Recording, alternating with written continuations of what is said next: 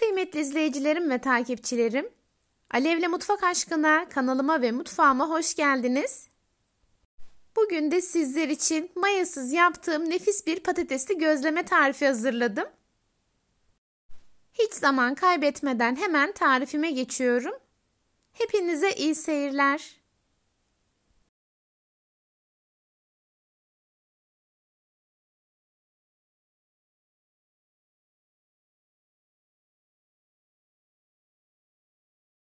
Gözlemelerin ilk olarak iç malzemesini hazırlıyorum. Tencereye irili ufaklı doğradığım 3 adet orta boy patatesi aldım ve üzerini geçecek kadar su ekliyorum.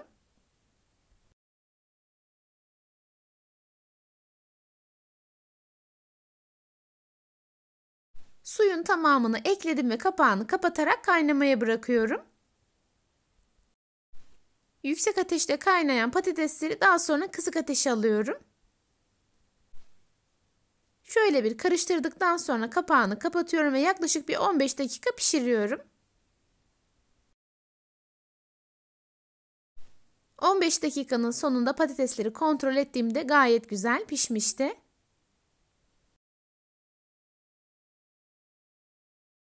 Şimdi güzelce pişirdiğim patatesleri süzerek ayrı bir kaseye alıyorum. İçerisine 1 çay kaşığı dolusu tuz ekliyorum.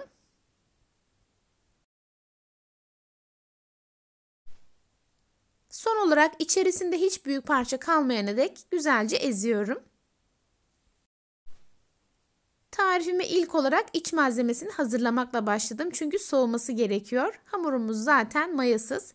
Güzelce yoğurduktan sonra bezelerimi alacağım ve bir 15 dakika dinlendireceğim. Süre sonunda iç malzemesini koyarak bazlamalarımı pişirme işlemine geçeceğim. Püre haline getirdiğim patatesim artık hazır. Bu tarifimde toplamda 6 tane bazlama yapacağım. O yüzden hazırladığım patatesi 6 eşit parçaya kesiyorum.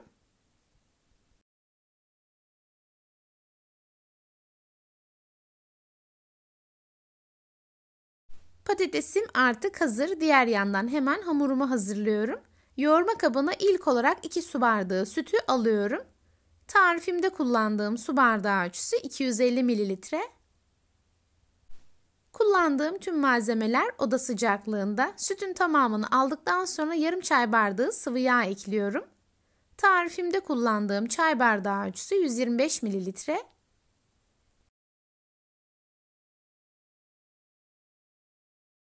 Sonrasında 1 çay kaşığı dolusu tuz ve 1 çay kaşığı dolusu şeker ekliyorum. Un hariç tüm malzemeleri yoğurma kabına aldıktan sonra güzelce karıştırıyorum ve içerisindeki şekeri ve tuzu eritiyorum. Sonrasında yavaş yavaş unumu ekleyerek yumuşak bir hamur hazırlayacağım.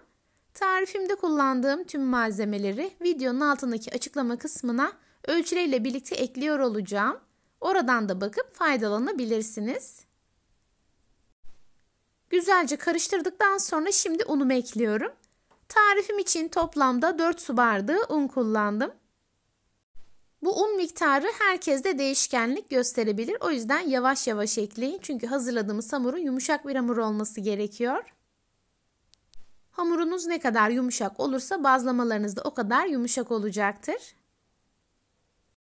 Unun bir bölümünü ekledikten sonra güzelce karıştırıyorum. Daha sonra hamur toparlanınca tezgaha alarak yoğurma işlemine tezgahta devam edeceğim.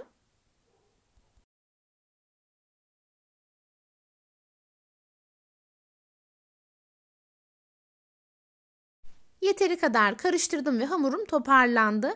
Şimdi tezgaha biraz un serperek hamuru tezgaha alıyorum. Hemen şunu da belirtmek istiyorum. Tezgaha serptiğim ve sonradan eklediğim unla birlikte toplamda 4 su bardağı un kullandım.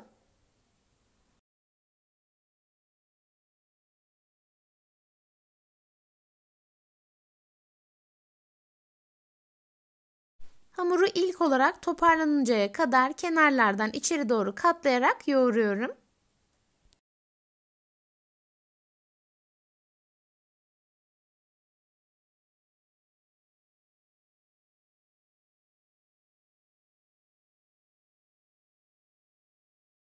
Hamuru yaklaşık 3 dakika boyunca yoğuruyorum. Çünkü yoğurduktan sonra hemen bezelerimi alarak o şekilde dinlendireceğim.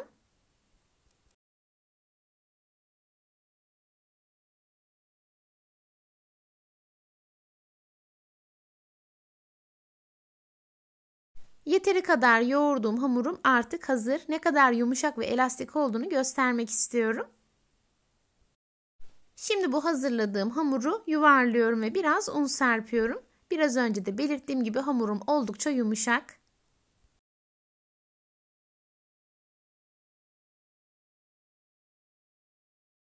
Hamuru ilk olarak 2 eşit parçaya kesiyorum. Sonrasında biraz silindir haline getiriyorum ve 3 eşit parçaya kesiyorum. Yani vermiş olduğum ölçüden toplamda 6 tane hamur elde ediyoruz.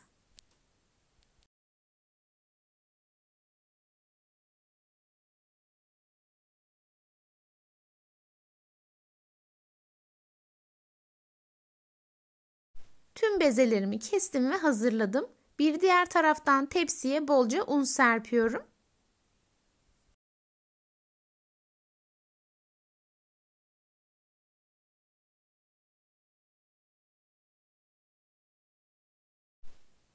Bolca un serptikten sonra kestiğim hamurları yuvarlıyorum ve beze haline getiriyorum.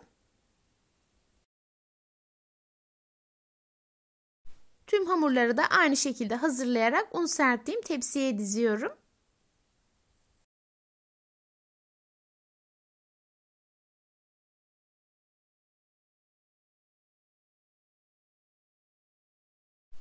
En son bezelerin üzerine de un serptikten sonra temiz bir poşete koyuyorum ve bir 15 dakika dinlendiriyorum.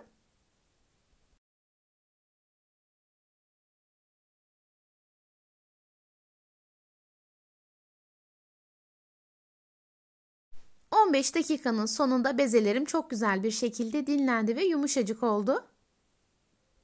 Şimdi bu dinlenen hamurları yaklaşık tatlı tabağı büyüklüğüne gelinceye kadar açıyorum. Bir tane bezemi tezgah alıyorum. Kalanları yine poşetle kapatarak kenara koyuyorum ki üzerleri kabuk tutmasın. Bezenin altına üstüne bir miktar un koyduktan sonra elimle biraz açıyorum. Sonrasında oklavayla tatlı tabağı büyüklüğüne gelinceye kadar açmaya devam ediyorum. Hamuru yeteri kadar açtıktan sonra bu şekilde elimle silkeleyerek fazla unundan arındırıyorum. Hamurların tamamını açarak kenara koyuyorum.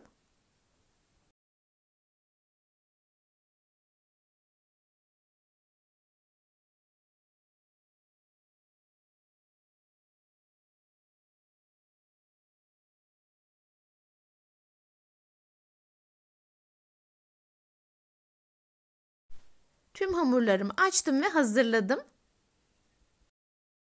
Şimdi soğuyan iç harcımı kaşık yardımıyla hamurların üzerine koyuyorum.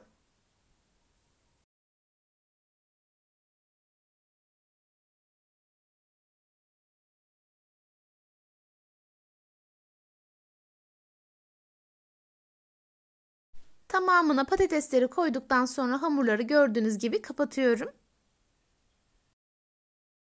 Tarifimin tüm detaylarını videomda sizler için paylaşıyorum. Yine de aklınıza takılan bir şey olursa yorumlarınızı mutlaka bekliyorum. Gördüğüm an yorumlarınıza hemen dönüş sağlayacağım. Hamuru güzelce kapattım ve şimdi kenara alıyorum. Diğer kalan hamurları da aynı şekilde kapatarak hazırlıyorum. Sonrasında hemen açarak pişirme işlemine geçeceğim.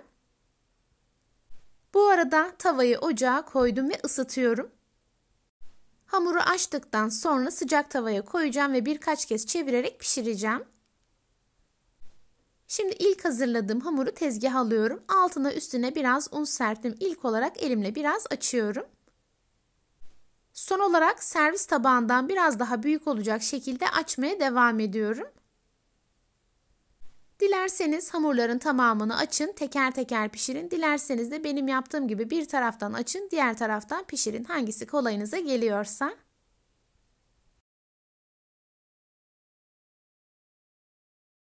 Hamurun her yerini eşit bir şekilde açtım ve hazırladım. Şimdi bu açtığım hamuru sıcak tavaya koyuyorum.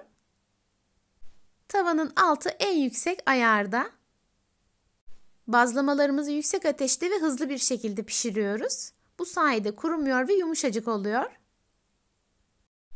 Biraz önce de belirttiğim gibi yaklaşık 3-4 kez çevirerek pişiriyoruz. Böylelikle bazlamalarımız yumuşacık oluyor ve içi de gayet güzel pişiyor.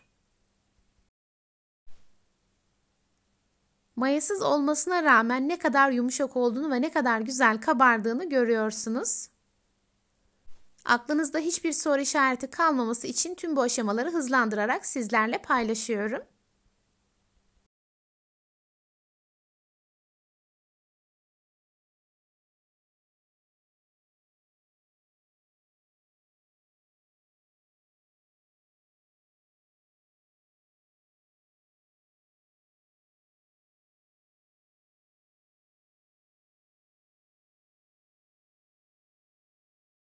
Bazlamamı yeteri kadar pişirdim. Gördüğünüz gibi altın sarısı rengini aldı.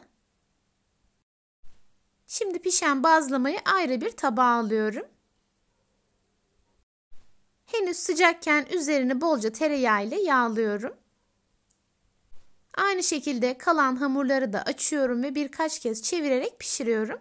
Pişer pişmez hemen ocaktan alarak üzerine bolca tereyağı sürüyorum.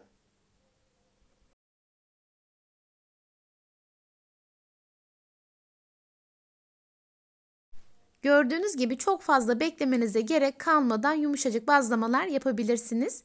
Bu pratik ve lezzetli tarifimi özellikle kahvaltınızda tercih edebilirsiniz.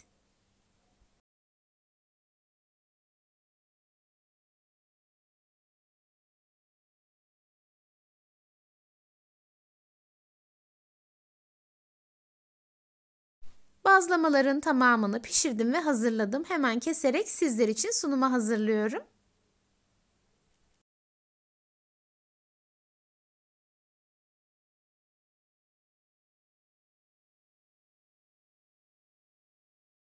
Zaten pişme esnasında güzelce kabardığı için içerisinde en ufak bir hamurlaşma dahi olmuyor.